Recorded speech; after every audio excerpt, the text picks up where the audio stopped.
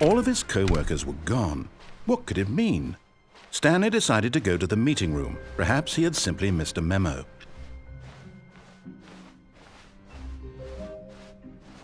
When Stanley came to a set of 2 open doors, this was not the correct way to the meeting room, and Stanley knew it perfectly well. Perhaps he wanted to stop by the employee lounge first, just to admire it.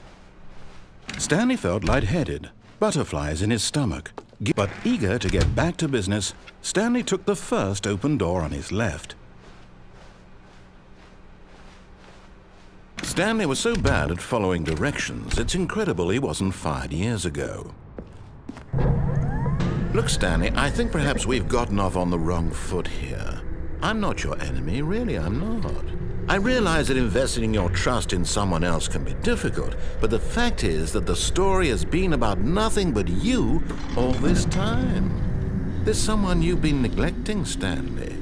Someone you've forgotten about. Please, stop trying to make every decision by yourself. Now, I'm not asking for me, I'm asking for her. This is it, Stanley. Your chance to redeem yourself, to put your work aside, to let her back into your life. She's been waiting. That's her, Stanley. You need to be the one to do this, to reach out to her.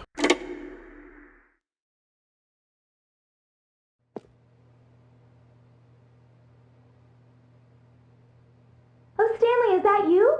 Hold on, sweetie. Sorry to keep you waiting. I'm just pulling the bread out of the oven. All right.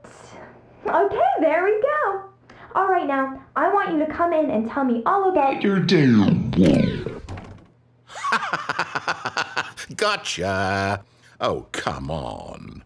Did you actually think you had a loving wife who'd want to commit their life to you? I'm trying to make a point here, Stanley. I'm trying to get you to see something. Come inside. Let me show you what's really going on here. This is a very sad story about the death of a man named Stanley. Stanley is quite a boring fellow.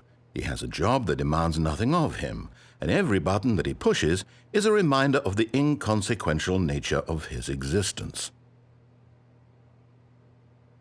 Look at him there, pushing buttons, doing exactly what he's told to do. Now he's pushing a button. Now he's eating lunch. Now he's going home. Now he's coming back to work. One might even feel sorry for him, except that he's chosen this life. But in his mind, he can go on fantastic adventures. From behind his desk, Stanley dreamed of wild expeditions into the unknown, fantastic discoveries of new lands. It was wonderful, and each day that he returned to work was a reminder that none of it would ever happen to him. And so he began to fantasize about his own job.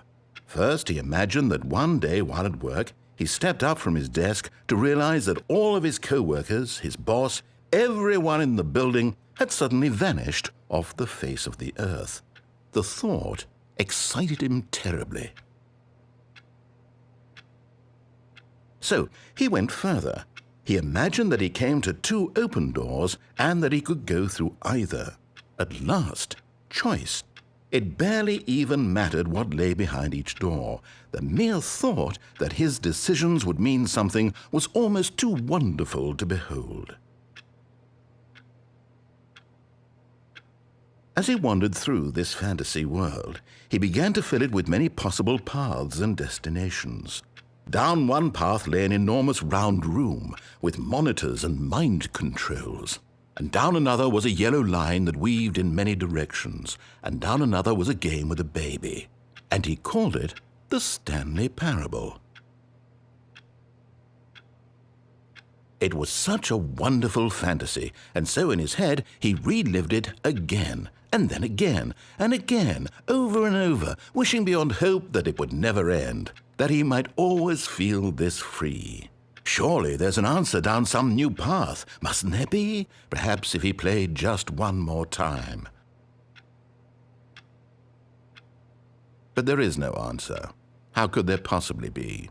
In reality, all he's doing is pushing the same buttons he always has. Nothing has changed. The longer he spends here, the more invested he gets, the more he forgets which life is the real one.